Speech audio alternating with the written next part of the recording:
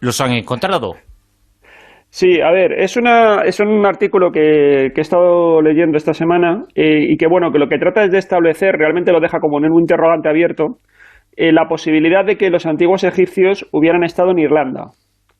Entonces, para tratar de fundamentar esta idea, lo que ellos hablan son de una serie de indicios. Algunos son bastante circunstanciales, la verdad, pero otros es cierto que son muy llamativos.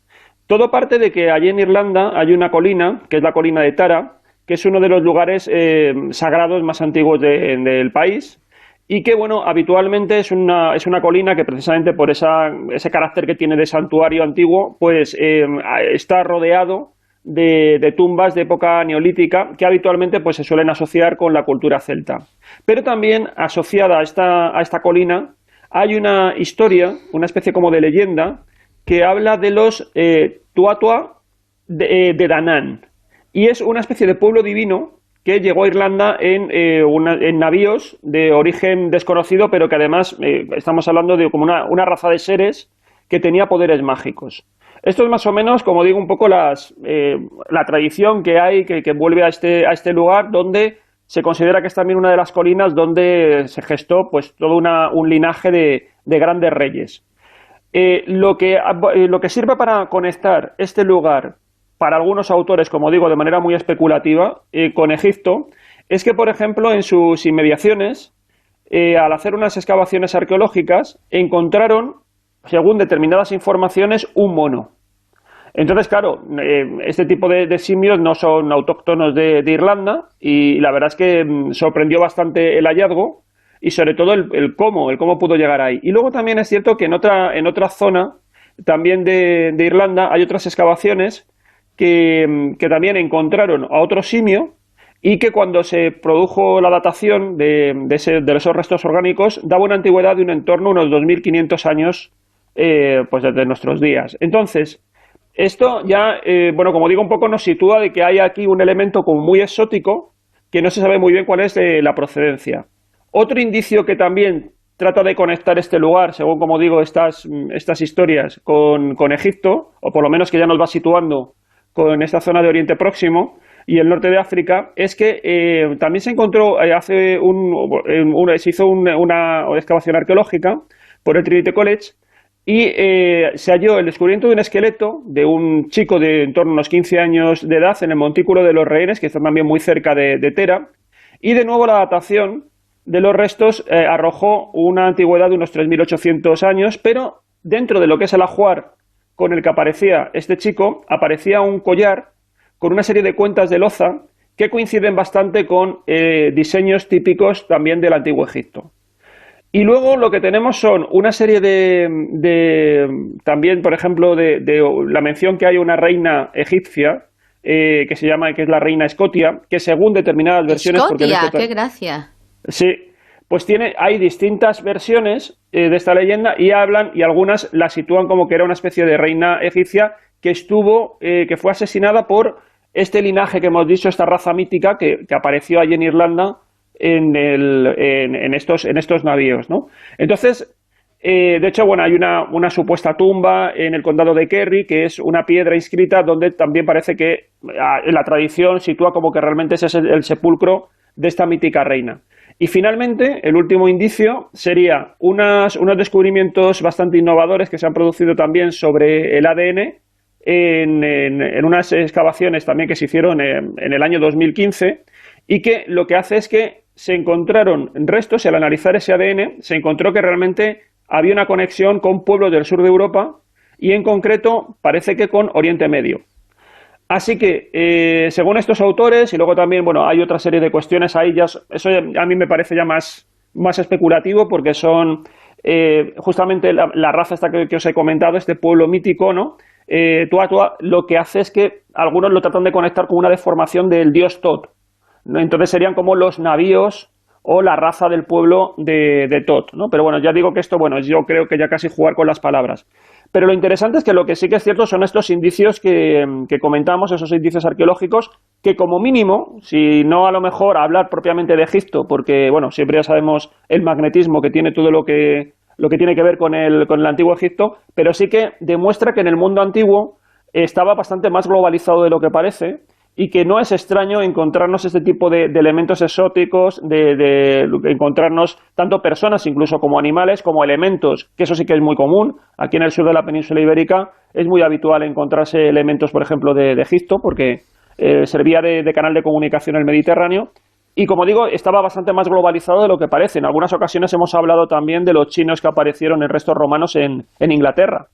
O sea bueno, que es un apunte más, bueno, que antes esto parecía simplemente como una cuestión propia casi del mundo del esoterismo, en las posibles conexiones de Irlanda con Egipto, con el antiguo Egipto, y ahora, ya digo que, bueno, un poco de manera circunstancial, pero bueno, podemos abrir un poco más la mente a esa posibilidad y buscar más indicios que a lo mejor puedan confirmar un contacto puntual o en un momento dado incluso alguna colonia egipcia que pudiera estar en Irlanda, ¿no? Pero bueno, para llegar a ese punto, como digo, todavía hacen falta indicios más sólidos. Hay dos cosas, dos posibles llegadas de egipcios al resto de Europa. Uno es eso que has dicho, el asentamiento, esa estancia larga, digamos, y otra es la corta que dejen, que tiene mucho que ver también con el comercio. El comercio egipcio llegó a muchos sitios, pero no se asentaron. Esa es la diferencia. Encontrar pruebas del asentamiento seguramente cambiará la historia. Bueno, por lo menos, claro, luego lo que hay que ver es si realmente luego es el impacto que puede tener, porque como Claro. tú dices, puede ser simplemente una comunidad aislada, que no sabemos por qué razón pudo estar ahí, igual que, por ejemplo, Es cierto que quizás los egipcios, más que a lo mejor ellos abrir vías, que lo hicieron, hacer rutas, pero luego lo que hacían era que era una de las grandes potencias del Mediterráneo y ahí sí que tenemos pues a fenicios o griegos que sí que comerciaban con muchos artículos de Egipto, porque era realmente la gran civilización que fascinaba a todas las demás, ¿no? Y por la capacidad de producción. Entonces, no siempre que nos encontremos un elemento egipcio, como por ejemplo este collar que comentábamos, que ha aparecido ahí en Irlanda, significa que estaba puesto alrededor del cuello de un egipcio, sino simplemente que era un objeto que en aquel momento, pues igual que hoy en día tenemos objetos de China, de América y tal, y no significa que el que lo lleve sea chino, ¿no? Simplemente es la fascinación que crea el producto en ese momento. La llegada, el encuentro, se ha encontrado, localizado restos egipcios en Irlanda. Esa es la primera información que tenemos esta noche. Nos lo ha contado Juanjo Sánchez Oro y nos va a contar Manuel Carvillal ahora, nos va a contar información sobre un documento que apareció, un documento sobre el fenómeno OVNI, sobre encuentros con OVNIs, que apareció el mismo día y a la misma hora que apareció el que tanto y tanto ha dado que hablar en Estados Unidos. Pero eso tiene que ver con Francia, con los servicios de inteligencia. Tiene casi 400 páginas y es espectacular. Más o menos, Manuel, ¿qué es lo que dice? Pues dice cosas súper interesantes. 377 páginas es el informe que ha presentado la Comisión Técnica Sigma II de la Asociación Aeronáutica y Astronáutica de Francia, que lleva 8 años realizando un nuevo informe. Todo esto viene del GEMAM francés, que fue una de las organizaciones oficiales en Europa dedicada a investigar el fenómeno OVNI durante mucho tiempo. Sus informes se desclasificaron íntegramente hace ya unos años y en 2005 esta Asociación Aeronáutica y Astronáutica de Francia emitió un primer informe analizando la casuística recogida hasta aquel momento. Y este nuevo informe, que se hizo público el mismo viernes 25 de junio pasado, cuando la oficina del jefe de inteligencia nacional de Estados Unidos presentaba el resumen, el índice, digamos, la primera entrega de su informe sobre los ovnis, lo eclipsó totalmente. Tuvo tanto protagonismo el informe americano que eclipsó totalmente este informe, que es mucho más extenso y que tiene unas conclusiones que no podían ser otras, que son las mismas que las de todos los informes. Yo he traducido esas conclusiones y hay frases francamente sorprendentes. Ellos hacen un recordatorio de todo lo que ha ocurrido entre 2015 y 2021, recuerdan cómo esta comisión francesa lleva investigando fenómenos inexplicables esto es lo que dice textualmente el informe, fenómenos inexplicables que se han producido durante varios siglos, hace un repaso a los eventos históricos, a los intentos científicos por parte de distintos gobiernos para investigar el fenómeno OVNI. Se lamenta, por ejemplo, de aquel episodio histórico que se dio en las Naciones Unidas cuando se realizó una sesión a iniciativa del primer ministro de Grenada para conseguir una comisión oficial de investigación OVNI, que luego no se desarrolló, pero que sí sirvió para que Canadá y Estados Unidos firmasen un acuerdo de colaboración para investigar conjuntamente estas amenazas, esas intrusiones en su espacio aéreo. En cuanto a la influencia entre 2016 y 2021, hablan de las filtraciones que les llegaron por parte, como nos llegaron a todos, por parte del gobierno norteamericano, de esos primeros estudios sobre los WAP, lo que ahora llaman ellos los WAP, pero resaltan que, por un lado, la falta de colaboración entre los distintos gobiernos, que en lugar de aunar esfuerzos para investigar juntos este fenómeno, pues cada uno va un poco por su lado, ¿no? Comparan las informaciones, aquellas primeras filtraciones, porque este documento se redactó antes del 25 de junio pasado, antes de que se presentase ese primer informe por parte de los americanos, y mencionan, por ejemplo, también los comunicados que ha hecho el gobierno de la República Popular China, también certificando las incursiones en el espacio aéreo chino, reconociendo que esto supone un problema de seguridad nacional, exactamente igual que los americanos. Mencionan también las filtraciones que han tenido desde la comunidad académica, que es lo interesante, de la investigación OVNI en Rusia, donde hay un matiz que es muy interesante, y es que a los rusos no les ha sorprendido esto tanto porque ellos durante toda la Guerra Fría estaban acostumbrados a, cito textualmente, la cuestión de las incursiones americanas durante la Guerra Fría, tanto por aire como bajo el mar y sobre el mar. O sea que ellos ya suponían que este tipo de cosas son reales porque ya habían tenido una experiencia durante la Guerra Fría con los americanos. En el informe Sigma II se han avanzado en varios ejes, como el inventariado y el estudio de los casos. Esto es muy interesante porque ellos han colaborado con otras comisiones oficiales, tanto militares como civiles, como el CEFA chileno o como la CEFAE argentina, que son organismos oficiales que se dedican a investigar los ovnis, y esto mucha gente no lo sabe. Además, estos días a mí me llama mucho la atención cómo los autodenominados escépticos, que toda la vida han dicho que esto lo tienen que investigar los científicos, bueno, pues Sigma II es un comité que está compuesto por ingenieros, astrónomos, físicos, químicos y hasta algún astronauta francés. O sea, ya está, ya tenemos aquí a los científicos analizando los ovnis. ¿Y a qué conclusión llegan? Hacen un montón de reseñas a distintas hipótesis científicas, a las nuevas tecnologías, toda la evolución de los drones, la identificación de nuevas hipótesis de la física de vanguardia que pudiesen aplicarse a algunos de estos casos. Por ejemplo, dicen, hemos comparado la radiación emitida por los plasmas, radiación azul de los plasmas de nitrógeno atmosférico, con registros de señales electromagnéticas generados por estos fenómenos. Y no consiguen explicar con este tipo de hipótesis naturales los casos que han ido recogiendo. Hacen un llamamiento a la comunidad científica de fuera de Francia para que también dedique esfuerzos al estudio de los ovnis, que lo consideran un tema muy serio. Creen que con los últimos movimientos internacionales, como la desclasificación del Pentágono, se va a perder un poco el pudor por parte de los científicos a dedicar recursos y esfuerzo a investigar los ovnis. Es necesario involucrar a los físicos para confrontar los datos analizados y la física de nuevas hipótesis científicas.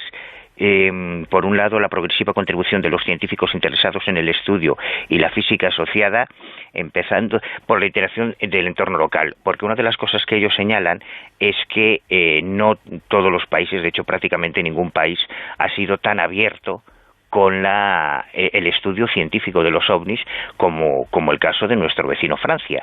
Y ellos están intentando... Es que toda la información, Manuel, tú lo sabes perfectamente, toda la información en estas semanas ha estado copada por las noticias que llegaban de Estados Unidos, pero la verdad es que a nivel oficial los casos en Francia han sido investigados. Hay toda una técnica, un protocolo establecido por el GEPAN francés que existe desde hace muchísimo tiempo, que tiene que ver con las diferentes gendarmerías en algunos sitios, en algunas localidades, pueblos en Francia, que tienen que comunicar, que tienen que investigar. Y el mejor caso de la historia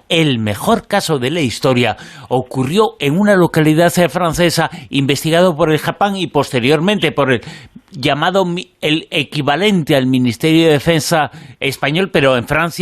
Es el caso de Trans-en-Provence. En el año, creo que era 1980, se produjo un caso con una investigación oficial verdaderamente espectacular.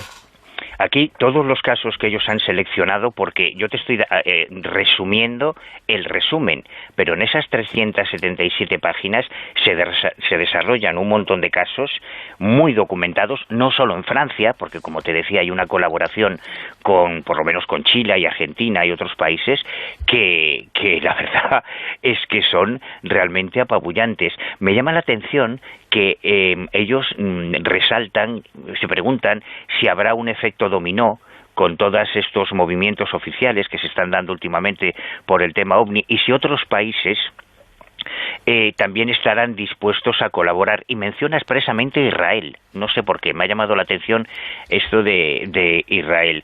Y luego hay frases muy llamativas también, como por ejemplo dice: el escepticismo podría ser sustituido por la curiosidad científica ante lo desconocido, que para ellos está absolutamente certificado, que muchos de esos casos presentan unas características cinéticas y electromagnéticas, y esto coincide también con las conclusiones de ese primer informe norteamericano, que que para ellos no encuentran una explicación ni en causas naturales ni tampoco en causas tecnológicas convencionales.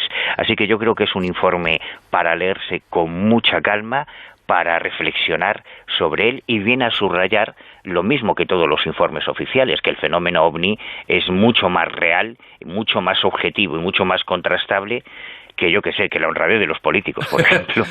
Año 2050, Amado Martínez, cantamos Eureka. ¿Por qué? Porque algunos predicen que en el año 2050 llegará el fin de la especie humana. Apocalipsis now, apocalipsis soon, pronto. Esta noche traigo 2 cartas. Qué ganas de contarlo, ¿eh? Ganas. Y ganas y rapidez, ¿no? Sí. Quiero contar cómo llega el fin de la especie humana, cómo llega el asteroide del fin del mundo y cómo llega, yo qué sé, chocan 2 estrellas y explosiona el planeta Tierra y se junta con el Sol. Yo qué sé. Vamos a estar muy mayores ya, ¿eh? ¿No? Es que 2050. Pero ¿quién nos iba a decir que íbamos a contar y vivir una pandemia? Claro, no sé si llegaremos al 2050, claro, qué cosas veremos, porque mira, hemos visto una pandemia y no sé si esto será como el cuento de Pedro y el lobo, que intentaremos ponerle remedio cuando ya sea tarde, como ha pasado en el Mar Menor, aquí en Murcia, ¿no? Pero bueno, traigo 2 cartas en la mesa. La primera, que es un pronóstico basado en los cálculos que un ordenador del MIT hizo en los años 70, ¿vale? Presentando unas gráficas sobre líneas de población, calidad de vida, recursos naturales que supuestamente irían descendiendo paulatinamente al inaugurar el siglo, es decir, en el año 2000, 2001, e irían bajando en picado dramáticamente a partir de este 2020 que dejamos atrás, en el que otras cosas, lo acabáis de decir, y para colmo de males, el coronavirus nos cambió la vida drásticamente. El líder de esta investigación fue Jay Forrester, que era un genio de la informática, que fue el que diseñó el programa que le encargaron para poder tomar los datos del pasado y presente del planeta Tierra y predecir así el futuro del mismo. Y se tuvieron en cuenta factores como la contaminación y la disponibilidad de los recursos naturales y otras muchas variables. Y el programa se llamó World One. y los resultados arrojaban predicciones un poco pesimistas, porque decía que en nuestra década el planeta experimentaría cambios drásticos, es decir, a partir del 2020, en materia de calidad de vida, y no podría sostener el ritmo de expansión industrial y poblacional más allá del 2040, fecha del colapso. Entonces, la segunda carta que traigo esta noche a la mesa de redacción es la de un informe del Centro Especializado de Australia. Ha salido recientemente, calentito del horno. Es del Breakthrough National Center for Climate Restoration y los resultados son tan estremecedores que hasta un ex jefe, un antiguo almirante del ejército de Australia, ha sugerido que activemos un plan de emergencia como el de la Segunda Guerra Mundial para ponernos las pilas, porque existen altas probabilidades de que la civilización humana llegue a su fin para el año 2050 si no tomemos medidas. Claro, todo esto tiene que ver con el cambio climático. Jolines, ya lo estáis sospechando, ¿no? Sí, claro. sí. Aumento de temperatura global de 3 grados en el 2050, según dicen, lo cual es una locura. Pone en riesgo a millones de personas en el planeta, se desvanecen las capas de hielo, con sequías brutales en el Amazonas, que haría desaparecer los pulmones de nuestro planeta, y también nuestros mayores limitadores de carbono del planeta. O sea, esto sería como una pescadilla, una patata caliente, una pescadilla que se muerde una cola cada vez más ardiente. Olas de calor por encima del umbral de la supervivencia humana. Bueno, lo estamos viendo, ¿no? En Canadá. Sequías, inundaciones e incendios devorando la tierra continuamente. Un proceso de desertificación imparable, destrucción de la agricultura y colapso de muchísimos ecosistemas, que traería y conllevaría desplazados buscando refugio en otras zonas con cada vez menos recursos para todos, conflictos armados, podría ser, sí, tal vez una guerra para resolver tensiones entre naciones egoístas, incapaces de cooperar y ayudarse, es lo que se pregunta este informe. ¿Podremos confiar en la salvación? ¿Podrá la ciencia redimir nuestros errores? ¿Es de cándidos, me pregunto yo, pensar que los que han creado el problema y no se han puesto de acuerdo a la hora de reducir las emisiones de forma contundente sean capaces de que la cosa, o sea, sean capaces de arrimar el hombro cuando la cosa empeore, de dar la talla? Si no les da dinero, no. Claro, en La Rosa de los Vientos llevamos, yo creo que hace ya unos años, haciendo una crónica de esta crisis climática que casi parece el título de la novela de Gabriel García Márquez, ¿no? Que es una crónica de una muerte anunciada de nuestro planeta. Y de momento, y siguiendo al pie de la noticia, todavía no tenemos una buena noticia en este sentido. Y al final va a resultar que los ordenadores a lo mejor tenían razón. De todas formas, es que seguramente en el futuro, ahora que todo esto está empezando a acabar, tendremos que darnos cuenta que el cambio climático, el cambio del mundo en el que estamos, tiene mucho que ver, el cambio climático, con el comienzo de la pandemia, porque tiene mucho que ver con la zoonosis, tiene mucho que ver con el nacimiento del virus, y luego su expansión tiene mucho que ver con las formas de globalización que hemos tenido, que igual no son las más adecuadas para el planeta, porque puede pasar lo que ha pasado. Bueno, pues entre otras cosas, lo que dice este informe es que los estudios científicos que tenemos ahora sobre las predicciones y cómo se puede poner la cosa de fea con relación al cambio climático no han tenido un montón de factores en cuenta, porque este es un fenómeno bastante complejo y afecta más ámbitos de los que pensamos, como por ejemplo el que tú acabas de mencionar, el coronavirus, cositas que pueden pasar. O sea, anteriormente había un paso de una especie a otra, de otra a otra, de cualquier virus se pasaba de un animal a otro animal. Ahora se han saltado por el camino muchos animales porque por culpa del calentamiento global han desaparecido muchas especies intermedias. Y al desaparecer esas especies intermedias se provoca que el virus se pase de un animal a otro, mute y se haga mucho más grave en un tiempo mucho más rápido, porque tiene menos etapas que pasar. Pues eso es lo que ha pasado con este. Conclusión, vamos a caer como chinches. La deforestación también. Pues esperemos que no. Vamos a caer como chinches. Como chinches, como piojos borrachos. Yo me acuerdo una frase, una declaración preciosa de un investigador del CSIC llamado Fernando Valladares, que decía al comienzo de todo esto: teníamos la vacuna contra el coronavirus, pero nos la hemos cargado.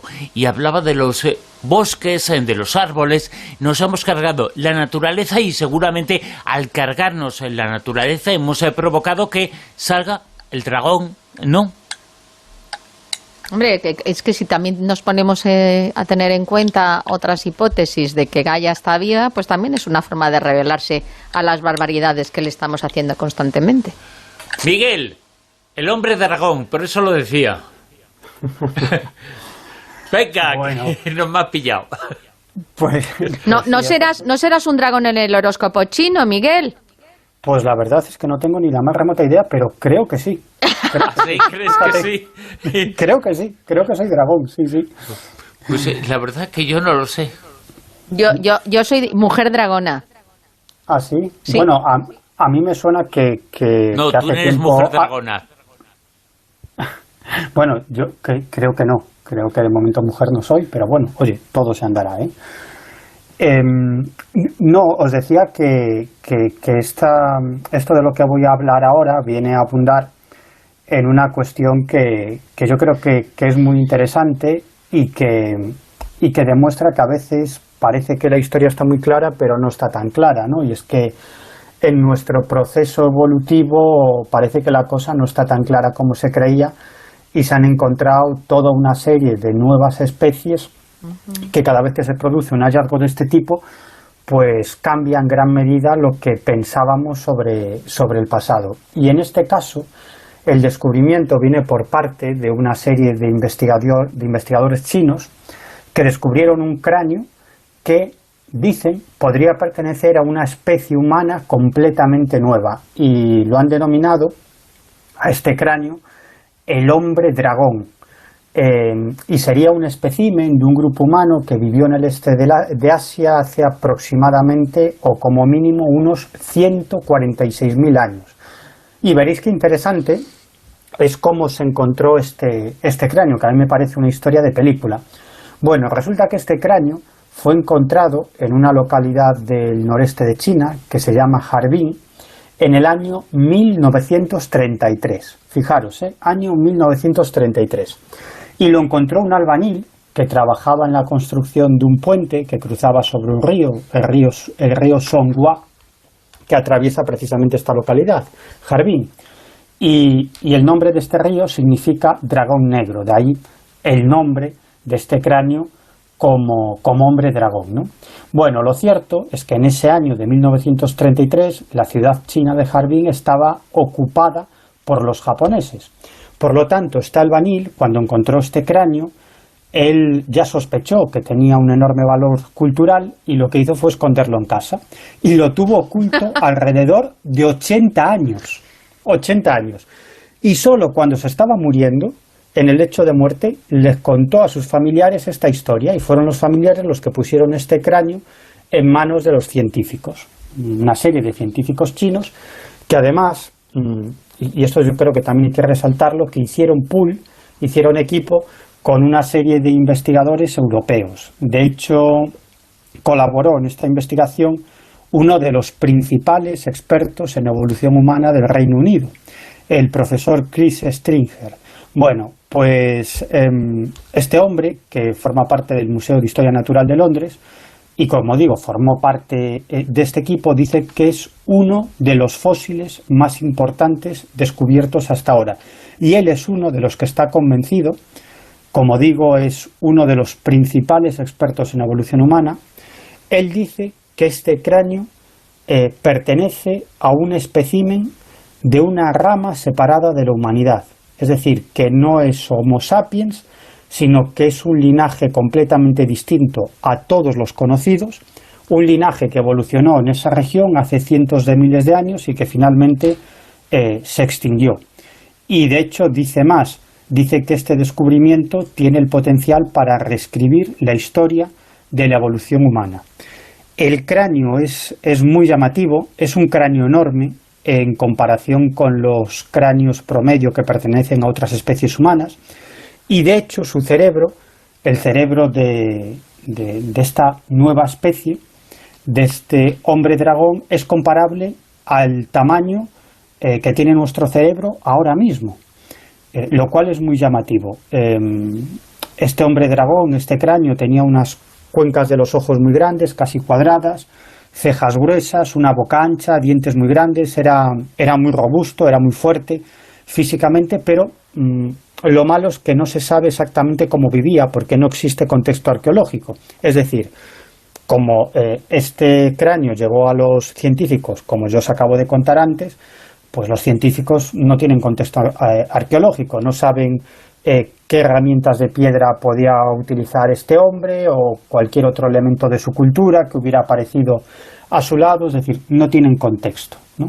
Pero bueno, el caso es que este hallazgo se viene a sumar a toda una serie de restos humanos descubiertos en China, difíciles de clasificar y que presentan una nueva visión sobre nuestro pasado y sobre todo ese proceso evolutivo. También hay que decir que hay algún experto británico que está convencido de que no es una nueva especie, sino que este cráneo pertenece a los denisovanos, es decir, que sería un ejemplar denisovano, ¿no? Que es una nueva especie que se halló hace algún tiempo, ¿no? Los denisovanos fueron identificados por primera vez a través del ADN recuperado de un hueso de un dedo de entre 50.000 y 30.000 años, y se llaman así porque fue descubierto en la cueva de Dinosova en Rusia. Bueno, todo esto lo que viene a decir es que cada cierto tiempo, yo creo que cada vez con más profusión, se van a ir descubriendo restos fósiles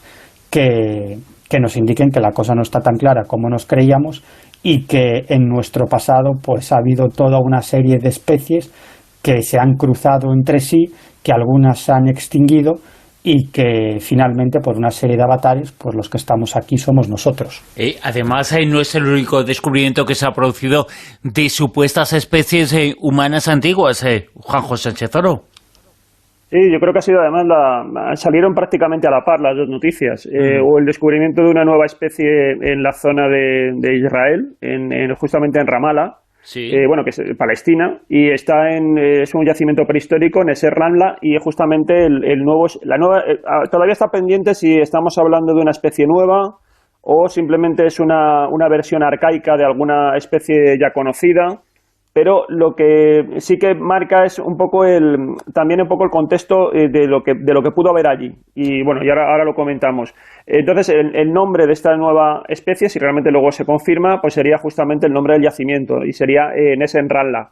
Lo que ha aparecido ahí son los restos de un humano primitivo. Realmente es prácticamente una pequeña parte del cráneo y una mandíbula bastante completa. Eso es lo que tiene, pero presenta una serie de características que es lo que ha llamado la atención y ha hecho que el descubrimiento haya salido como portada en la revista Science, que estaría indicándonos que allí hubo algún tipo de población y que confirmaría que además esta zona de Israel y de Palestina funcionaría como una auténtica encrucijada entre diferentes especies. Estamos hablando de una época que sería en torno a 100.000 años. De hecho, se supone que los primeros Homo sapiens, que somos nosotros, salimos de África y llegamos a Europa a través de Oriente Medio.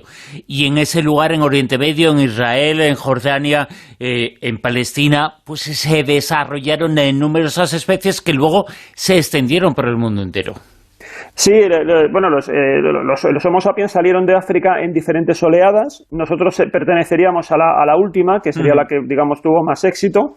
Pero lo interesante es que seguramente, como tú dices, ahí en esa zona entre Israel y Palestina, no solamente fue un lugar de paso, sino que fue un lugar de encuentro. Sí, exacto. Y en ese momento, en estas fechas que estamos comentando, pues había 3 grupos de antepasados nuestros. Estaban los neandertales, estaban los sapiens y estaban también, pues yo creo que todavía quedarían erectus. Entonces, la cuestión aquí está en que lo que aparece, y aquí hay como varias tendencias, unas quizás más, vamos a decir así, optimistas, que son las que vienen apadrinadas por Arzuaga o por Bermúdez de Castro, que ellos defienden que estos hallazgos vendrían a indicar que los neandertales ya tuvieron una hibridación antes de la que se supone que es, nosotros tenemos, los sapiens tenemos parte de genética neandertal, pues ellos dicen que justamente aquí ya habría habido un principio de hibridación y luego con unos neandertales arcaicos por las fechas, pero luego posteriormente se produjo la que ya está confirmada genéticamente. Y entonces lo que ellos plantean es que realmente el nacimiento de los neandertales, que hasta ahora se situaba en el continente europeo, habría a lo mejor que ubicarlo en esta zona que comentamos de Israel y de Palestina, precisamente por las condiciones, por ese contexto de ser una encrucijada, de ser una especie casi de crisol de diferentes especies. Eso es lo que ellos defienden. Otros, incluso los autores de la investigación, no van tan lejos, porque esto es una teoría de que realmente los neandertales no procederían de Europa, sino que, como digo, procederían de esta zona de Oriente Próximo. Es lo que más o menos han venido sugiriendo Arzuaga y Bermúdez de Castro, a partir también de los neandertales, de los restos que aparecen de neandertales o preneandertales arcaicos que hay en Atapuerca. Pero, como digo, hay otros que son los propios autores del estudio, que son bastante más moderados, y ellos simplemente hablan de una población particular. No está claro que pueda ser una nueva especie, pero bueno, es posible, depende de que haya luego se encuentren más especímenes, más fósiles, y de momento se quedarían solamente con esta circunstancia que comentamos, de que realmente estamos ante un lugar que cada vez empieza a ser también una especie de cuna de diferentes especies, precisamente por esa posibilidad de ser realmente un punto de encuentro entre diferentes oleadas de diferentes antepasados del ser humano. Es decir, entre los que llegaban desde África, los que llegaban desde Asia y los que llegaban desde Europa, allí se juntaron y allí se desarrollaron. Vamos a hablar ahora, durante los últimos decenios, 3 decenios, la búsqueda de vida inteligente en el cosmos ha sido liderada en Estados Unidos por el llamado Proyecto SETI. Ahora llega una nueva etapa, un nuevo Proyecto SETI, pero se llama Proyecto Z. Correcto, te veo muy informado. ¿En qué Sí, consiste? ¿En qué consiste el proyecto SETI? Pues resulta que en vez de estar mirando a las estrellas, a ver si encontramos esas civilizaciones inteligentes, alienígenas, pues resulta que tenemos que mirar, según este nuevo estudio, a nuestra Vía Láctea, a nuestro sistema solar, y buscar artefactos tecnológicos que hayan creado extraterrestres. Y con eso se supone que podríamos pensar que habría una civilización inteligente. ¿Y en qué se basa esto?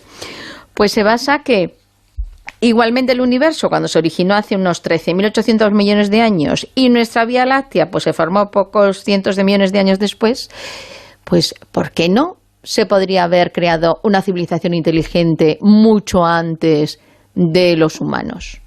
Con lo cual, lo que están intentando es, en vez de coger y estar todo el rato mirando a ver si envían señales, como era el SETI, a ver si se envía pues algún mensaje o se intenta detectar o alguna nave, pues no. Lo que quieren buscar ahora con el proyecto Z, que es Search for Extraterrestrial Artifacts, o sea, totalmente artefactos extraterrestres de tecnología totalmente desconocida, pues buscarlo. ¿En dónde?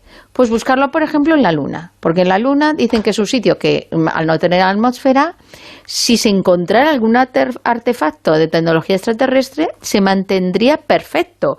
O, por ejemplo, en los asteroides de órbitas estables, pues también se podría llegar a intentar detectar algún tipo de artefacto de este tipo. ¿Cómo se podría buscar? Dan 3 opciones para intentar buscar estos artefactos de tecnología alienígena. Por ejemplo, mediante inteligencia artificial. ¿Esto en qué consistiría? Pues sería todos los satélites que ya hemos enviado, que han hecho un registro tremendo incluso también los telescopios y ya no telescopios, sino pues todos los artefactos que hemos enviado, que han hecho estas fotografías maravillosas de planetas, de Marte, de Luna, de satélites, de Europa, de la Luna, de Júpiter. Bueno, pues mediante inteligencia artificial hacer un control por algoritmos o con lo que sea, en el que se revisara toda esa cantidad de imágenes para intentar buscar esos artefactos de tecnología extraterrestre. Esa es una opción. La segunda opción, observar en los asteroides que pasan cerca de la Tierra. ¿Y cómo? Pues mirando las ondas gravitacionales, mirando también la luz visible, mirando la luz infrarroja por microondas. ¿Por qué? Porque sería alguna forma de detectar pues huella térmica, incluso si también desde ese punto se manda algún tipo de señal rara. Pues eso, intentar también controlar ese tipo de asteroides que se acercan a la Tierra, a ver si pudiera ser que tuviese algún artefacto de estos.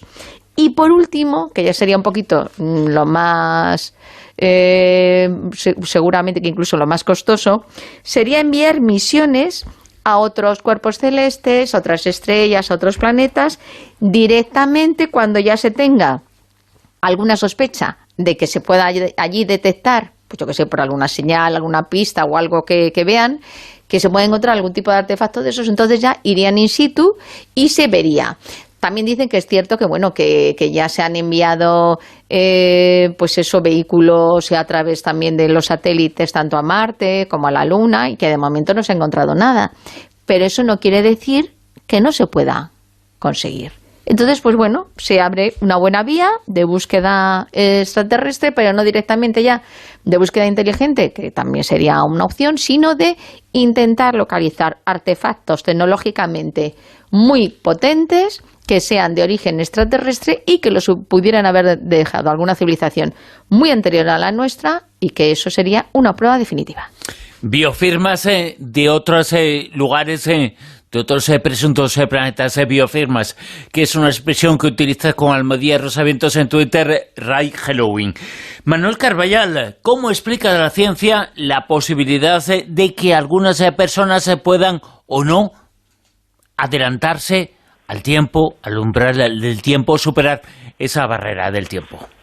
Pues a mí me ha parecido alucinante esta historia. Yo no conocía esta iniciativa que se llevó a cabo hace un par de años por la actividad de proyectos de investigación avanzados de inteligencia, y ARPA, por sus siglas en inglés, para buscar superpronosticadores. Así es como lo denominan, superpronosticadores. Ya desde 2011, este equipo, que está dirigido por un científico político llamado Philip Tetlock, hizo llamamientos en redes sociales para invitar a participantes de todos los estratos sociales, de toda formación, a probar sus habilidades de predicción. Y durante 4 años se formularon 500 preguntas, se recogieron más de 1 millón de predicciones y el 2% de esas predicciones, los que tenían más aciertos, fueron denominados superpronosticadores. No se trataba de encontrar especialistas en determinadas áreas geopolíticas, económicas, estratégicas, sino personas normales, pero que tuviesen una habilidad especial para generar lo que en el mundo de la inteligencia se llama prospectiva, que es decir, en base a la información que tú manejas, adelantar los acontecimientos que se van a producir. Por ejemplo, pues que va a estallar una guerra civil en Ucrania, pues que se va a producir una crisis económica, que va a generarse una pandemia global, en fin, este tipo de cosas. Oye, pero Manuel, ¿no funcionaría en tantas y tantas predicciones una expresión que tú has utilizado en alguna ocasión aquí, el efecto porra? Hombre, evidentemente, cuando tú... claro, porque si tiras los dados tantas veces, alguna vez aciertas. Claro, ante 10 posibilidades y tienes 100 participantes, pues lo más probable es que 10 aciertan. Eso es evidente. De hecho, una de las frases que usaba en las conclusiones el director de este proyecto es que unos chimpancés tirando dardos ante los posibles desenlaces probablemente obtendrían algún resultado acertado, claro. ¿no? Claro, pero no. Aquí lo interesante de este experimento es cómo ellos analizan a esas personas que aceptaron, que acertaron en sus pronósticos, esos superpronosticadores, y las conclusiones a las que llegan, que a mí me parecen muy razonables y muy sugerentes. Y es que son personas, por un lado, con una apertura mental especialmente notable. personas curiosas que tenían una mente muy abierta y estaban dispuestos, y esto es lo más interesante, a buscar evidencias y a cuestionar sus propias creencias personales y sus propias suposiciones. Porque ellos dicen que tener la capacidad de actualizar los pronósticos u opiniones en función de la información encontrada no es algo que podamos hacer todos, porque normalmente nosotros estamos muy arraigados a nuestras creencias. Y yo creo que esto es algo que todos hemos experimentado, ¿no? Cuando nosotros sentimos una especial empatía por un partido político, o por un equipo de fútbol, o por un músico, o un grupo de música determinado, es muy fácil darnos cuenta de las cosas buenas de esa opción que hemos elegido y al mismo tiempo detectar las cosas malas del resto de opciones. Sin embargo, esto no funciona con los superpronosticadores, sino que ellos tienen lo que en el mundo de la informática se llamaría pensamiento lateral. Ellos son capaces de ver cosas que otros no ven porque ponen en tela de juicio sus propias convicciones. Y eso es tener una mente realmente muy abierta en la que destaca el pensamiento analítico por encima de las propias convicciones. Por ejemplo, ante la pregunta, una de las preguntas que hacían en este test, fíjate qué cachonda, el viento sopla desde el este y un tren eléctrico se dirige al oeste. Pregunta, ¿en qué dirección cardinal echará el humo la locomotora? Joder. Claro, un sector dice pues hacia el este, otros dicen hacia el oeste, algunos incluso dicen hacia el norte y otros hacia el sur, pero la respuesta correcta es que es un tren eléctrico. Es un tren eléctrico, no echa humo. Claro. Claro, pues, trampa la pregunta. Exactamente, pues a esto me refiero. Entonces me parece súper interesante que por un lado este estudio científico dice, sí, hay gente que es capaz de adelantarse al futuro. Humo, corre. Claro, pero es muy interesante porque ellos resaltan que uno puede leer mucho, ser muy analítico, tener un coeficiente intelectual estupendo, pero ser incapaz de hacer conclusiones, proyecciones de futuro acertadas, porque está demasiado arraigado a sus propias convicciones, ¿no? Así que me parece, un estudio muy interesante sobre lo que se llama el sesgo de confirmación, que es lo que nos lleva a ver el mundo a través de nuestras propias gafas, de nuestro propio filtro, y la característica de estos superpronosticadores es que no están atrapados por ese sesgo de confirmación y tienen una visión mucho más amplia de la realidad y por eso son capaces de ver el futuro. Lo que te gustan los sesgos, Manuel. Sí, más con tanto un lápiz. Sí. ¿Y qué son? Porque lo utilizamos muchas veces esa expresión, sesgo y confirmación, otros sesgos que existen para explicar comportamientos humanos. Pero ¿a qué nos referimos cuando decimos la palabra sesgo? A que filtramos la información a través de nuestros propios prejuicios, tenemos una percepción un poco localista de la realidad, y cuando estamos ya polarizados en una determinada creencia, pues tendemos a ver el mundo a través de esa creencia y no nos damos cuenta de que el mundo es un lugar mucho más grande, mucho más amplio, mucho más plural de lo que nosotros imaginamos, incluso de lo que podemos llegar a imaginar. Tenemos muchas más noticias en esta tertulia Zona Cero con Manuel Carballal, que nos va a hablar, por ejemplo, de un pub muy extraño en el Reino Unido, Mado Martínez, que nos va a hablar de cómo existen personas que dicen que viven del aire, o Miguel Pedrero, que nos va a contar las características de las últimas observaciones del yeti norteamericano, el llamado Bigfoot. Juan José Cezoro nos va a hablar de otro monstruo, el del lago Ness, explicaciones que pueden llegar para conocer qué es lo que hay detrás del supuesto monstruo del lago Ness, porque las cosas están cambiando. Y nos va a hablar de Silvia Casasola del sistema nervioso de los sonámbulos, que es muy particular, pero todas esas noticias, todas esas informaciones van a llegar aquí en Onda Cero, en La Rosa de los Vientos, después de la actualidad.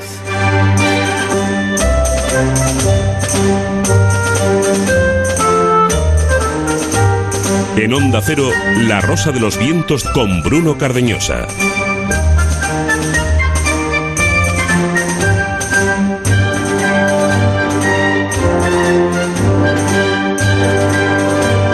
Continuamos Estamos en La Rosa de los Vientos, continuamos en la tertulia en unos instantes y vamos a estar un ratito más y luego vamos a tener también una conversación, una entrevista con el autor de un libro, Tepe, que habla de encuentros cercanos con la muerte, de regresiones hipnóticas. El autor de ese libro se llama José María Aznar. José María Aznar Miralles, no tiene nada que ver con el otro. Vamos a estar con él en unos minutos, pero antes contamos más informaciones, más noticias en esta tertulia Zona Cero. Juanjo Sánchez Oro, el monstruo, supuesto monstruo del lago Ness. ¿Qué es esto? Pues tú fíjate, vamos a hablar de uno de los grandes mitos también de la criptozoología. Lo que está ocurriendo es que uno de los principales, de los más históricos investigadores del monstruo del lago Ness, que es Steve Feldhahn, que lleva 30 años investigando exhaustivamente, más bien observando exhaustivamente el lago, porque directamente, según he estado un poco revisando su biografía, parece que hace 30 años decidió consagrar su vida a la búsqueda de Nessie. Y lo dejó todo, dejó su casa, dejó su trabajo, dejó a su novia, se cogió una caravana, se fue al lago a vivir y desde entonces lleva ahí viviendo. Ahora ya creo que el monstruo del lago Ness, ¿no? Sí, justo. Además que sí, y según, ya digo, he estado viendo, estuvo durante un tiempo, claro, con la caravana para tratar de desplazarse por lo que sería toda la costa del lago, la ribera del lago, y entonces ir buscando diferentes puntos de observación. Ahora creo que ya también la caravana se le echó a perder y vive en una casa, pero vamos, sin agua corriente ni nada, y solamente con eso, con unos sistemas que tiene de baterías para poder cargar el ordenador y los equipos que tiene así tecnológicos, y como digo, prácticamente una especie de sacerdocio consagrado a la búsqueda de Nessie. Y lo curioso, que es lo que me ha llamado también un poco la atención de él, es que frente a ese grado de entrega, que a lo mejor pues podríamos pensar que él justamente pues casi como que ha perdido el norte, no, es bastante consecuente. Por ejemplo, él no cree que realmente Nessie sea una especie de monstruo prehistórico, como muchas veces tendemos a pensar, que pueda ser una especie como de dinosaurio o algo por el estilo, sino que él cree que es una especie de pez gato con cuerpo encorvado. O sea que, como digo, a pesar de todo eso, tampoco él espera hacer un descubrimiento que realmente trastoque un poco los pilares de la biología ni nada por el estilo, ¿no? Pero bueno, entonces él, las declaraciones que ha hecho esta semana, dice que a lo mejor estamos en condiciones de resolver el misterio de Nessie por una cuestión, y es que en los últimos 30 años nunca el nivel del lago Ness ha estado tan bajo.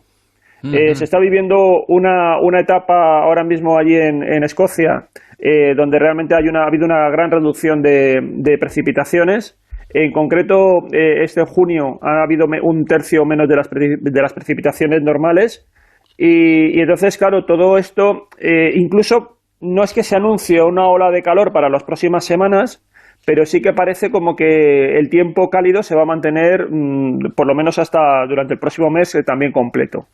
La posibilidad de que realmente todo esto pueda repercutir en que al haber menos volumen de agua, pues si realmente hay alguna criatura submarina por ahí, pues a lo mejor hay más posibilidades de que asome la cabeza, por decirlo así, y que entonces se pueda localizar. Porque lo que es cierto es que durante todo este tiempo, a pesar de que ahora también por la pandemia, pues hay muchas restricciones a la hora de acercarse al lago, pero siguen funcionando determinadas cámaras web que están las 24 horas del día captando información en directo de la superficie del lago, y entonces se siguen produciendo avistamientos, y también algunos al margen de la cámara de las webcam también se producen por turistas, ¿no? Por ejemplo, uno ha sido, hace unos días, el 2 de junio, a la 1:30, un turista aseguró, mientras estaba con los prismáticos, que él pudo ver algo, que como siempre aquí ya estamos hablando de casi muchas veces de bultos sospechosos, no son imágenes muy bien definidas, pero él es el último que se ha registrado y él dice que vio algo que atribuye a que pudiera ser efectivamente el monstruo del lago Ness y que lo vio durante 2 segundos. Pero es que lo que es en la cámara web, lo que va de año, han sido 20 avistamientos, los que se supone, como digo, se atribuyen a determinados elementos extraños que se observan en las aguas y que algunos atribuyen como que realmente puedan ser indicios de la presencia del monstruo. O sea que, bueno, en principio vamos a ver si es verdad que esto sirve para algo. Yo creo que, de todas formas, el estudio que para mí fue más exhaustivo es el que estuvimos comentando, yo creo que hace un par de temporadas, que fue un estudio que se hizo sobre el agua, tratando de tomar muestras en diferentes puntos del lago para extraer lo que se denomina ADN ambiental, que es analizar el agua, ver qué tipos de ADN hay y buscar en determinadas bases de datos biológicas a ver a qué diferentes especies se puede atribuir, ¿no? Y no se encontró ninguna especie, digamos, extraña, exótica, a la que pudiera atribuirse lo que dicen las descripciones cuando alguien observa al monstruo, ¿no? Pero bueno, que también las muestras dan de sí lo que dan de sí, aunque se tomaron miles de muestras, pero bueno, todavía digamos que el misterio sigue vivo y además esta es la típica, nunca mejor dicho, serpiente de verano. O sea, siempre, todos los veranos tenemos historias con el monstruo del lago Ness. Y atención a lo siguiente que vamos a contar. Vamos a hablar de un reino de tan solo, atención, tan solo 500 metros cuadrados. Diminuto, pequeñísimo, 500 metros cuadrados. Habitantes, 30 habitantes, 500 metros cuadrados. Muy llamativo. Bueno, tiene su moneda propia para 30 habitantes y 500 metros cuadrados. Y lo que más me llama la atención es que tenga rey. Mado Martínez. Sí, tiene rey, bueno, príncipe, porque es un principado. Vale. Y 30 habitantes dependiendo de la época del año. A veces que solo tiene 2. A veces y uno es el rey. Sí, claro. Es el país más eso es pequeño que del mundo. tiene un carácter difícil, ¿no? Cada gente dirá, ¿esto qué es Lilliput? ¿Qué pasa ahí? Pues está a 9 kilómetros del Reino Unido y todo empezó en la Segunda Guerra Mundial. Porque de hecho es una plataforma de la Segunda Guerra Mundial que está en medio del mar. Claro.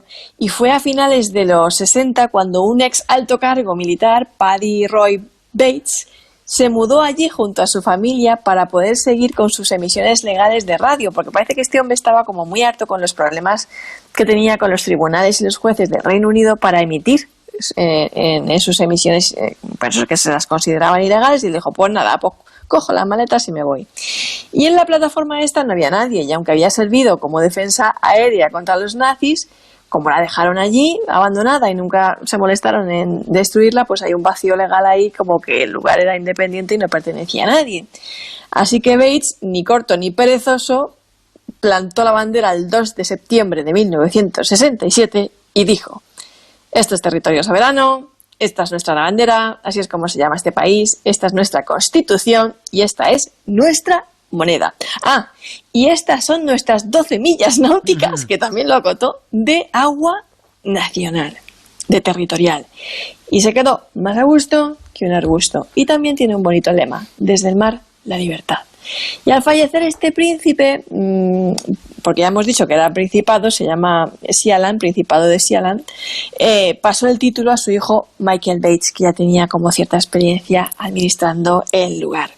Claro, uno se pregunta, ¿pero este país de qué se sustenta económicamente? Porque es una plataforma, quiere decir que ni tiene industria, ni agricultura, ni lo reconocen muchos otros estados. Y tiene 30 habitantes, con lo cual tampoco es que tengan muchos impuestos. Pero si aunque sea muy alta la tributación, son 30. Si tiene agua, luz y tiene todos esos servicios. Sí, tiene internet, todo. Y lo que dice Michael Bates es que ellos sí viven de que venden títulos nobiliarios y souvenirs. También dice que él tiene otros negocios por el mundo, viaja mucho, que es normal que viaje, porque a mí me explotaría la cabeza estando encerrada todo el día en una plataforma de 500 metros cuadrados en mitad del mar. Sí. Claro. Bueno, pues allí tienen de todo. Ya hemos dicho, teléfono, internet, todo lo que ha comentado Silvia, todo lo que tú quieras. Aunque tras el 11S ya no emiten pasaportes, que estos emitían pasaportes y todo. En su corta historia, además, el Principado de Sealand ha tenido que enfrentarse a los ataques de mercenarios alemanes y holandeses, que trataron de hacerse con el lugar una noche. Pero los Bates, no te lo pierdas, se enfrentaron a ellos, los capturaron y los retuvieron como prisioneros de guerra. Y claro, se montó un lío tremendo. Imagínate al embajador alemán y una delegación británica negociando la liberación de los presos estos que habían cogido de prisioneros de guerra. Que parece de risa, pero no. Y agárrate a la silla. que en 1968 pasó por allí un buque de la Armada Británica y Michael Bates lo disparó a tiros. En plan, como te acercas, ¡Jolines! que estás invadiendo mi territorio, mi espacio vital. Y lo más fuerte es que no pudieron llevarlo a la justicia británica porque eran aguas internacionales, claro. Madre mía. No territorio británico. Claro, en fin, que Bates, ahora mismo, en la actualidad, Michael Bates vive con su familia en el Reino Unido. En Sealand solo hay entre 2 y 3 personas al año, dependiendo de la época, que además están todas contratadas por la familia Bates y encargadas de la administración y el mantenimiento de esta base, microestado, cosa rara o lo que sea. Qué fuerte. Jolines, qué historia, 500 metros cuadrados, 30 habitantes, bueno, pues censados, pero en realidad 2 o 3, un rey, una historia, bueno, tuvieron una guerra con el Reino Unido, bueno, bombardearon un barco del Reino Unido, una historia fascinante, este reino diminuto que nos ha contado Mado Martínez. Y Miguel Pedrero nos va a hablar ahora. Vamos a hablar de un misterio clásico que lo hemos citado ya anteriormente, el Yeti de Estados Unidos, el Bigfoot.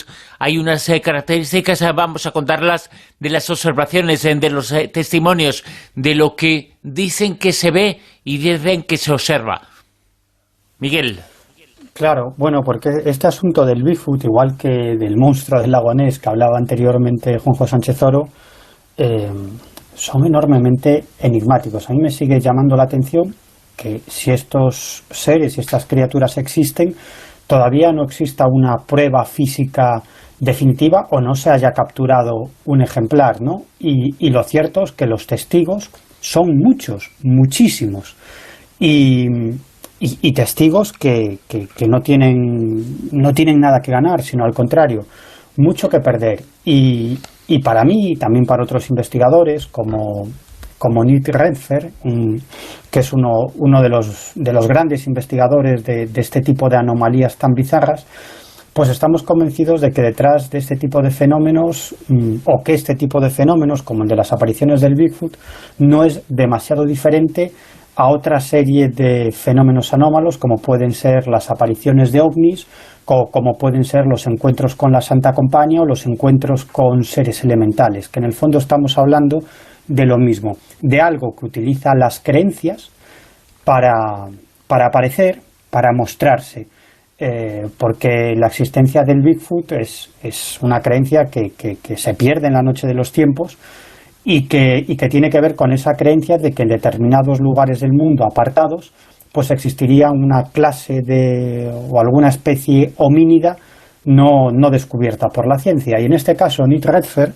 en un artículo que acaba de publicar, lo que hace es explicitar las 5 características que indican que detrás del fenómeno de las apariciones del Bigfoot hay algo más que un ser de carne y hueso, hay algo más que una criatura homínida. Por ejemplo, en el punto 1, Nick Redfern habla de toda una... Este es el que menos me convence, ¿no? Pero lo digo así a vuela pluma. Él habla de una serie de grabaciones de audio muy extrañas que no han podido ser identificadas con ningún animal conocido y que han captado algunas personas y también algunos investigadores del Bigfoot, ¿no?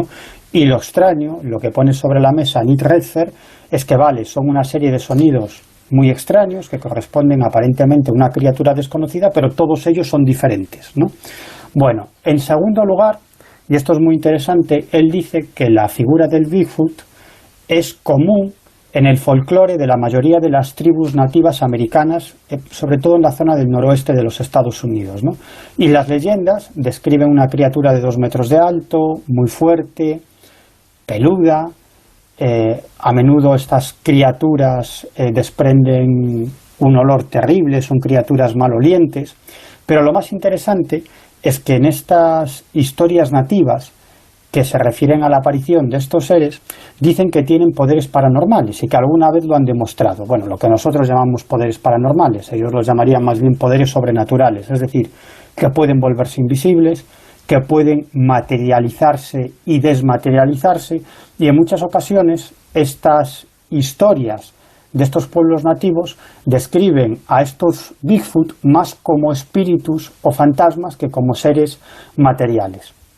Luego, en el punto 3, Neil Redfern habla de una serie de testigos de encuentros cercanos con el Bigfoot que declaran haber sufrido, en presencia de ese Bigfoot, una serie de efectos físicos, ¿no? Casi como si fuera un encuentro cercano con ovnis, ¿no? Como que se sienten desorientados, mareados, aturdidos y sobre todo paralizados, ¿no? Que se quieren mover, pero hay algo que les impide moverse. Y de hecho hay varios testimonios. Neil Redfern recoge en este artículo varios testimonios de personas que vivieron encuentros con un Bigfoot y declararon que ellos sintieron algún tipo de mensaje telepático, ¿no? De ese Bigfoot que los obligaba a alejarse. De hecho, un testigo decía, es como si me hubieran borrado la memoria, es como si este ser me hubiera dado instrucciones para irme, y así lo hice.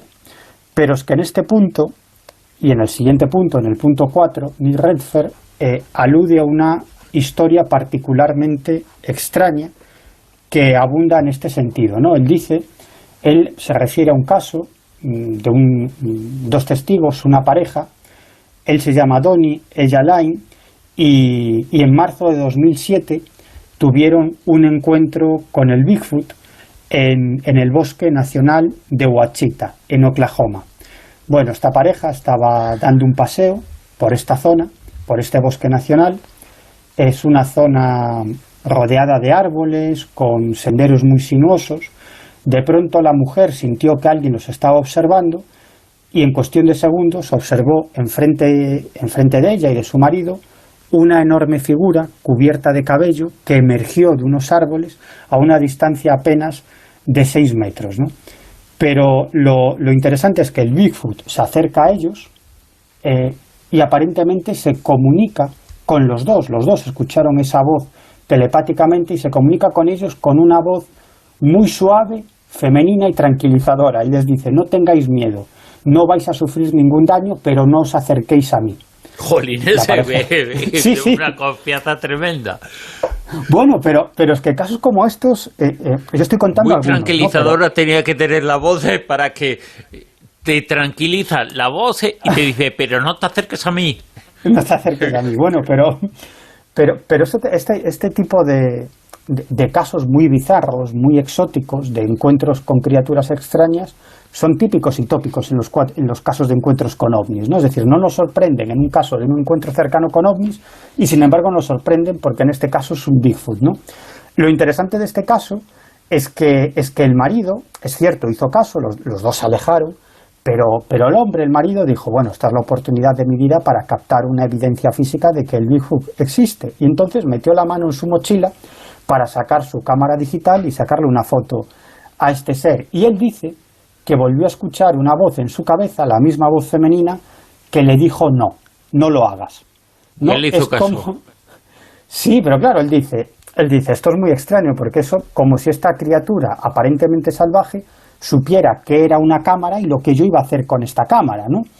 Y incluso siguieron escuchando esta voz que decía, no os voy a lastimar, no debéis temer, pero tenéis que retroceder. Total, que ellos retrocedieron y este Bigfoot desapareció, ¿no? Pero como digo, casos de estos hay muchos. Y para terminar, ya uno absolutamente bizarro, es otro caso que recopiló personalmente Nick Redfern, y es el caso de una mujer que ahora tiene 50 años, que vive en Nueva York, y en el año 1985, cuando tenía 14 años, pues vivía con sus padres en una zona boscosa del estado de Nueva York. Uh-huh. El caso es que una tarde se queda sola en casa con 3 amigas de su misma edad, 14 años, y deciden jugar a la Ouija. Bueno, empiezan a jugar a la Ouija intentando comunicarse con seres fallecidos, ¿no? Lo que suelen hacer los adolescentes jugando a la Ouija. El caso es que en esa sesión la electricidad se corta en un par de ocasiones, probablemente por causas racionales, pero les entra miedo y deciden acabar el juego y cada una se va a su casa y ella se acuesta. Esa noche no pasa nada, al día siguiente tampoco pasa nada, pero por la noche, a eso de las 12, 1 de la madrugada, ella está durmiendo y la despierta un sonido tremendo, un grito de un animal terrible, tremendo, que viene de un área boscosa que estaba situada en la parte trasera de la casa. Ella abre la ventana, no ve nada y se vuelve a acostar. pero hasta las 2 de la mañana dice que le despierta un olor nauseabundo, dice textualmente. Qué bien, qué bonito todo. Qué bonito, dice, como si fuera un repollo podrido. Coles de Bruselas ahí a todo meter. Como si fuera un repollo podrido. A mí lo que me llama la atención es que lo sabía. ¿Cómo lo sabía eso? Pues porque para saber que huele como un repollo podrido, tiene que saber si la tengo que pudrir algún repollo antes. Algún repollo, claro. Es que eso no lo entiendo, de verdad. Yo tampoco he olido nada. Está un poco loco. Yo nunca he olido algo así, pero me imagino que debe ser bastante nauseabundo, un repollo podrido, ¿no? Pues sí, debe serlo. A mí nunca me ha pasado, ¿eh? El caso es que se despierta por este olor tan tremendo y entonces se incorpora en la cama, se sienta en la cama y enciende la lámpara que tenía sobre la mesita de noche. Y se encuentra frente a ella lo que describe como lo que podría ser la silueta de un Bigfoot, o sea, un ser muy grande, enorme. O sea, que el que estaba podrido era el Bigfoot.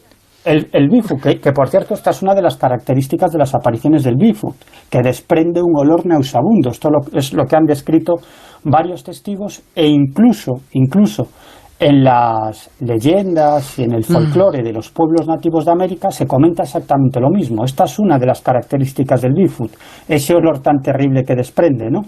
Y ella dice que se encontró una criatura encorvada, que tenía unos brazos enormes y muy largos, que tenía unos grandes ojos blancos, pero ella decía que estaba en la cama, intentaba moverse, pero no podía moverse, como si alguna fuerza extraña le impidiera hacer cualquier tipo de movimiento. Este tipo de episodios lo que hace es certificar, bueno, si son reales o no son reales, pero no tienen nada que ver con lo que sería un animal, una especie desconocida o conocida que estuviera en un lugar apartado, que ha logrado sobrevivir. No forma parte del tipo de casos de la teoría habitual para este tipo de observaciones, sino que serían otra cosa, serían un fenómeno extraño, un fenómeno paranormal o como le queramos denominar. Sí, claro, estamos hablando de otra cosa. De hecho, hay bastantes casos, hay unos cuantos casos de apariciones del Bigfoot en casas, en el interior de las casas. Y lo interesante de este caso que os estoy contando es la forma en la que desapareció esta entidad. La testigo, Laura, dice que empezó a retroceder y desapareció como si hubiera sido absorbido por las sombras o por la oscuridad y ya nunca más volvió a aparecerse, ¿no? O sea, en este caso no fue que Laura se fue, sino que se fue el Bigfoot. Se fue el Bigfoot, pero fíjate, estos casos que a veces nos los tomamos con cachondeo, porque la verdad que son tremendamente exóticos y bizarros, hay que reconocerlo. Sin embargo, tienen características propias de, por ejemplo, de un encuentro cercano con ovnis. Sin embargo, eso nos parece más racional que este tipo de casos, ¿no? Porque atribuimos las apariciones del Bigfoot a una entidad, a un ser, a un homínido que estaría viviendo con otros homínidos en un lugar apartado de la Tierra y ni siquiera se nos pasa por la cabeza que muy probablemente estemos hablando de otra cosa. Es como el fenómeno ovni. El caso del Bigfoot es mírame pero no me toques, es decir, muestro hasta cierto punto que existo, pero nunca os doy la prueba definitiva, es decir, nunca se ha capturado un ejemplar. Es tirar la mano, tirar la piedra, pero esconder después la mano. Este tipo de fenómenos parece que funcionan así. Atención a esta siguiente información, que es muy importante, que nos habla sobre los sonámbulos, sobre el sistema nervioso de los sonámbulos. Y lo que se ha averiguado y lo que se conoce es que es absolutamente diferente. Yo no sé si los oyentes, alguno de ellos, pues han tenido algún problema de sonambulismo o alguno de nuestros colaboradores, pero claro, el tema del sonambulismo es cierto que sí que se conoce y el tema es que ahora hay un nuevo estudio en el que han detectado esto que comentamos, que tienen un sistema de nervioso autónomo y alterado. ¿Y en qué consiste esto? Bueno, dicen que el 4% de la población mundial, solo el 4% de los adultos en general, padecen esto, el sonambulismo. Causas posibles. Dicen que puede ser genético o incluso a lo mejor un abuso de mucho alcohol y también de sedantes. Pero claro, luego hay una curiosidad y es que el sonambulismo también se da en niños y claro, pues ahí sí sería solamente la causa genética porque no van a estar con sedantes los niños y con alcohol. Pero el hecho es que en niñas y niños menores de 10 años se da con bastante frecuencia. Bueno, como decía, el estudio que se ha realizado por investigadores de la Universidad de Montreal en Canadá han descubierto que a la vez que se tiene ese sistema dual de vigilia y sueño profundo, pues claro, se pensaba que anteriormente pues era como que no se terminaba de estar dormido profundamente, sino que estabas con esa alteración, que es cierto que te hace tener un sueño todo lo reparador que deberías y que además en muchas ocasiones puede ser peligroso. ¿Por qué? Pues porque en ese momento de vigilia la persona se levanta, actúa, se pone a andar, se pone a moverse, no sabe bien lo que está haciendo y entonces te dice que puede incluso tener lesiones, accidentes, que incluso algunos se pueden volver hasta agresivos. Pero lo que han descubierto en este estudio es que en la fase que están medio sonámbulos, pero también están con sueño, resulta que en ese sueño profundo sí es cierto que están dormidos totalmente. O sea, no es como que están ahí como en un duerme-vela que estoy... No. Han visto que efectivamente el sueño profundo es como cualquier otra persona que estuviese durmiendo en la cama. Y entonces, claro, eso les ha llamado muchísimo la atención, porque era algo que no se sabía. Entonces, ¿qué es lo que han hecho? Pues ellos, para realizar este tipo de estudio, cogieron un grupo de personas sonámbulas y entonces los han monitoreado mediante frecuencia cardíaca. Y ahí lo que han hecho ha sido estudiar sobre todo qué calidad de sueño profundo tenían. Y es cuando les ha llamado muchísimo la atención.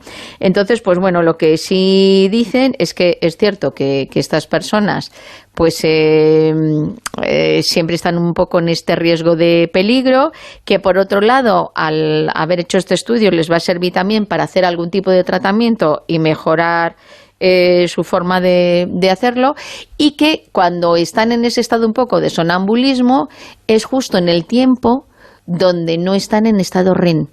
O sea, que están pues como todavía en ese, creo que hablan como en el sueño un 75% en el que están haciendo ese tipo de movilidad. Bueno, el tema es que solamente este tipo de personas, como hemos dicho, el 4% de toda la población mundial tiene este problema. Y es un problema que han detectado, pues eso, que es un sistema nervioso autónomo, alterado, y que tienen este proceso. Pues bueno, pues van a ver si al haber hecho este estudio pueden conseguir que tengan un control mayor y que no sea tan peligroso. Imagínate cuántas veces hemos visto escenas en la carretera que saltan una ventana y es que luego no se acuerdan de lo que han hecho. Uh-huh. Así que, y sobre todo los niños, que también ahí hay que tener mucho cuidado. Bueno, pues conociendo un poco cómo funciona la mente de un sonámbulo, se intenta también evitar los problemas en los que se puede meter un sonámbulo por su condición. Y eso es importante porque es, en el fondo, saber cómo funciona la mente para luchar contra los problemas que se generan involuntariamente por ese comportamiento de la mente. Sí, que mira, que están ahí tan dormidos y nada, se van ahí de juerga al casino en camisón. Sí. Mado Martínez, cuéntanos qué quiere decir eso de que la ciencia ha demostrado que se puede vivir del aire. ¿Cuántas veces hemos oído eso? Y no hablamos de corrupción, ¿eh? Ya. Es que esta persona vive del aire. ¿Y tú que vives del aire? No, que no come, es que vive del aire. Bueno, pues vamos a darle la rosca a la metáfora esta, porque en el Instituto Max Planck están experimentando con la idea de usar la energía solar o cualquier otro tipo de energía renovable para capturar carbono del aire y convertirlo en un compuesto con el que alimentar bacterias para que produzcan proteínas, es decir, comidita para nosotros. Uh-huh.